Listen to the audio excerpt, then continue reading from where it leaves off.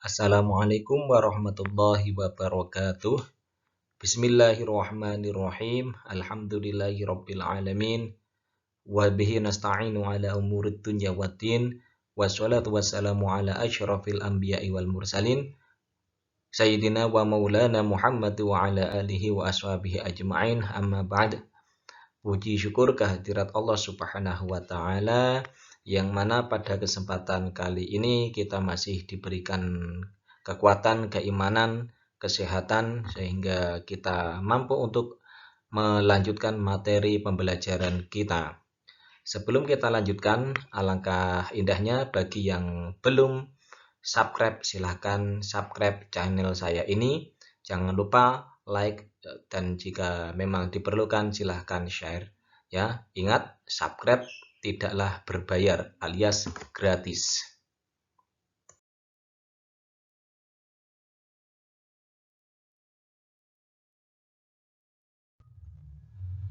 Pada pertemuan kali ini kita akan membahas tentang semangat menuntut ilmu, kemudian semangat berbagi ilmu pengetahuan.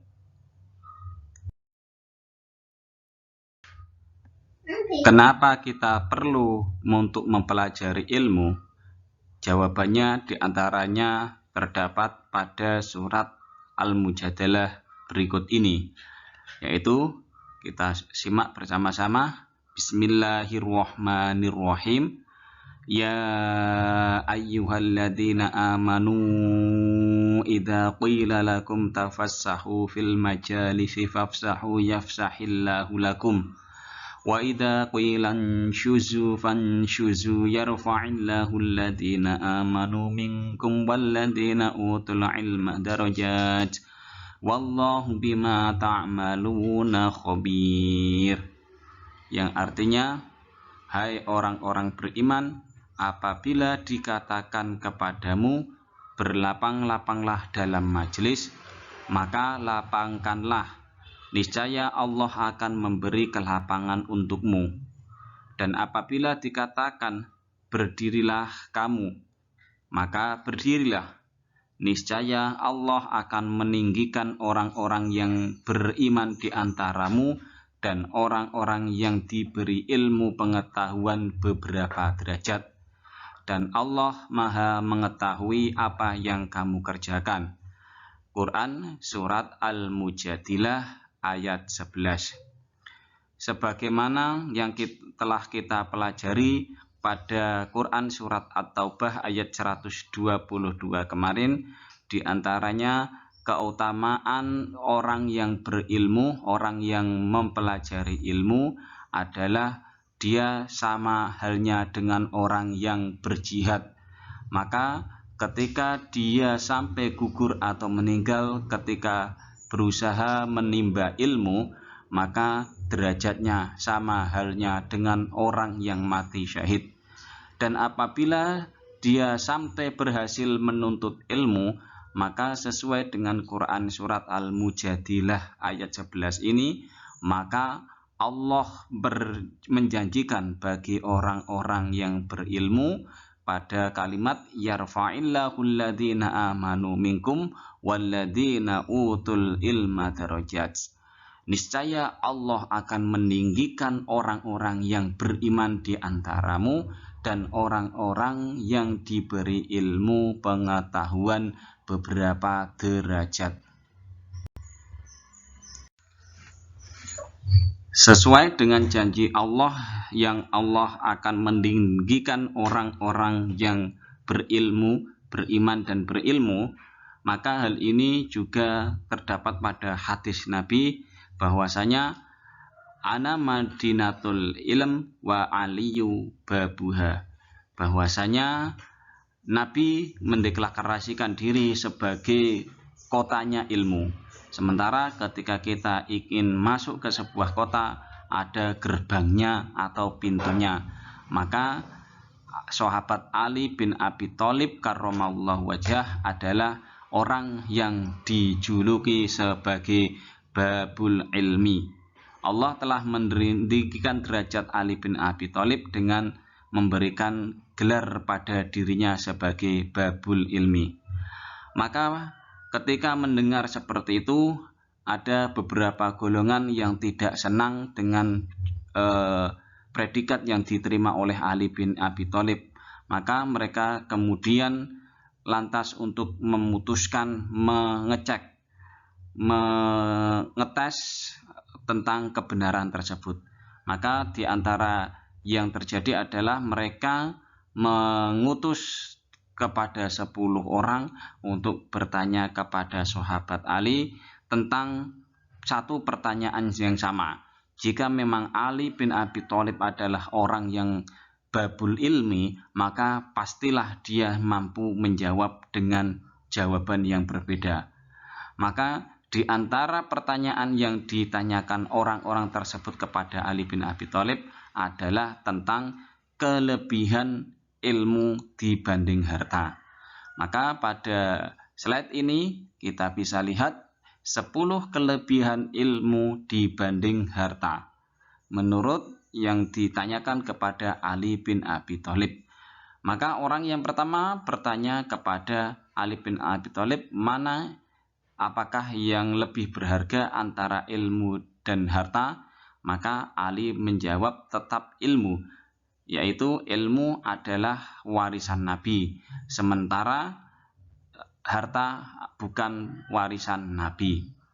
Kemudian orang yang kedua bertanya dengan pertanyaan yang sama, yaitu keutamaan ilmu dibanding harta. Maka Ali menjawab yaitu tetap utama ilmu, karena dengan alasan yang berbeda, yaitu ilmu mampu menjaga orang yang mempunyainya, sementara orang yang berharta harus rela menghabiskan pikiran dan tenaganya untuk menjaga hartanya jangan sampai hilang.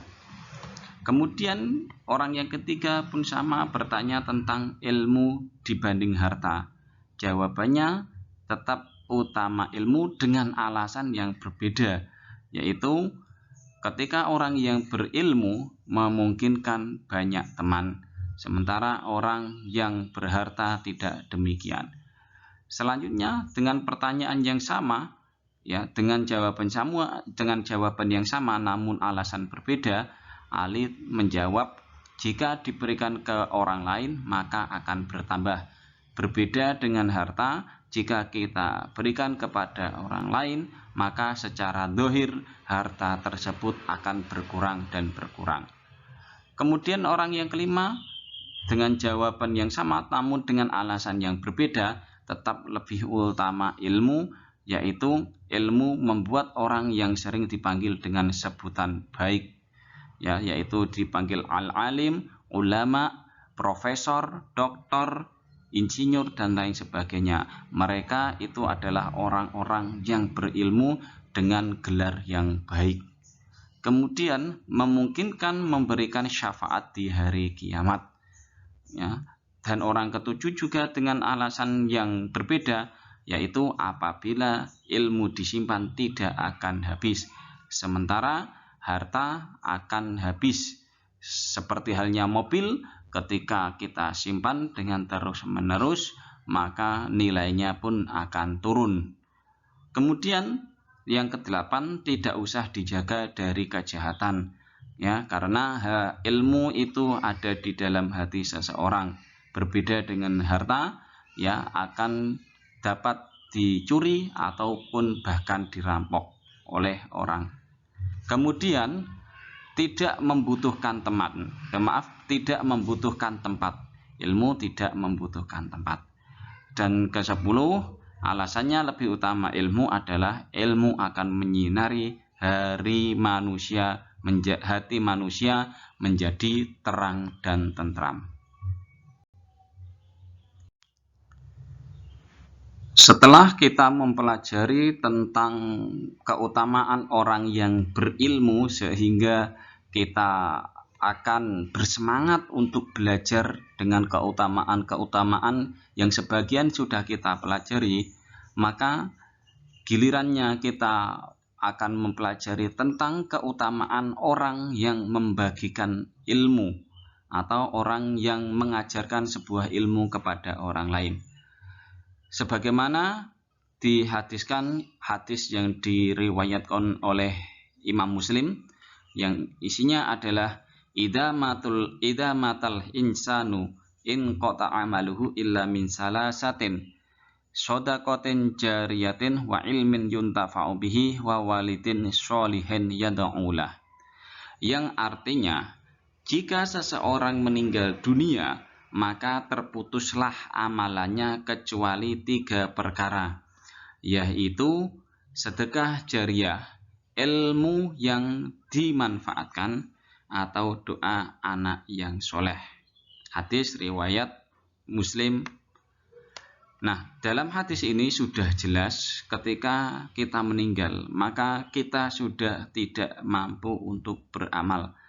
Maka salah satu yang bisa menyelamatkan kita diantaranya adalah sedekah jariah atau wakaf, bisa juga wakaf seperti yang sudah kita pelajari pada bab wakaf sebelumnya.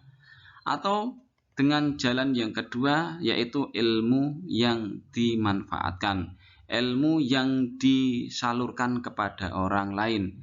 Maka ketika kita telah mengajarkan satu kebaikan kepada orang lain, maka ketika kita meninggal dunia, maka kebaikan yang masih dilakukan dengan ilmu yang kita ajarkan kepada orang tersebut, maka ketika ilmu tersebut dijalankan, kita akan mendapatkan pahala yang sama dengan orang yang kita ajari tentang kebaikan tersebut. Yang ketiga adalah doa anak yang soleh.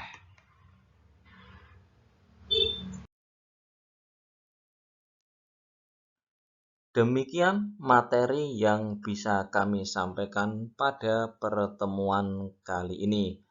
Kiranya masih banyak kekurangan, kami mohon maaf sebesar-besarnya. Wal afu minkum wallahu a'lam bishawab. Mari kita tutup dengan bacaan hamdalah bersama-sama. Alhamdulillahirabbil alamin. Wassalamualaikum warahmatullahi wabarakatuh.